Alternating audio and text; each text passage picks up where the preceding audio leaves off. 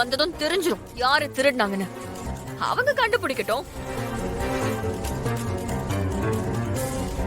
ஐயோ, போலீஸ கூப்பிடுவாங்க போலே. இப்ப என்ன பண்றது? ராகவ், நீ கொஞ்சம் அமைதியா இரு. போலீஸ் வரட்டும். நீ எதுக்கு டென்ஷன் ஆகுற? அவங்க நகைய அவங்க தேடுறாங்க. நீ கொஞ்சம் அமைதியா இரு.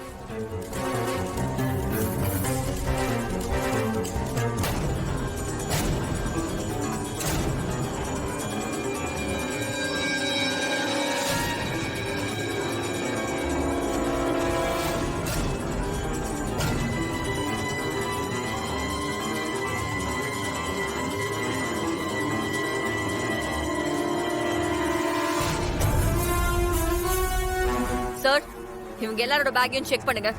அப்பதான் தெரியும் திருடினவங்க யாருன்னு. முக்கியமா இவங்க பேக்கை செக் பண்ணுங்க. நான் போய் சொல்றேனா இல்ல இவங்க போய் சொல்றாங்களான்னு தெரியும். ஏங்க, யார் பேக்கை செக் பண்ண சொல்றீங்க? ஆமா, என் தங்கச்சியை பத்தி உங்களுக்கு என்னங்க தெரியும்? இவங்க பேக்கை கொடுக்க சொல்லுங்க. செக் பண்ணி பார்த்தா தெரிஞ்சிட போகுது. இப்ப ஏன் யோசிக்கிறீங்க? உங்க மேலதான் தப்பு இல்லல்ல. வேணா செக் பண்ணி பார்க்கட்டும், விடுங்க.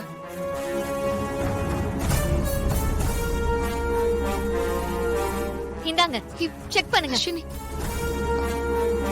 போச்சு போச்சு, அந்த பொண்ணு பேக்ல போய் நகையை வச்சுட்டேனே. ரித்திகா, கல்யாண வீடு இது. வந்த இடத்துல இதெல்லாம் தேவையா?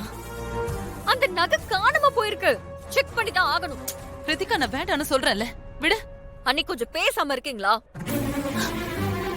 நீங்க என்ன செக் பண்றது? நானே செக் பண்றேன். கொடுங்க. பண்ணு.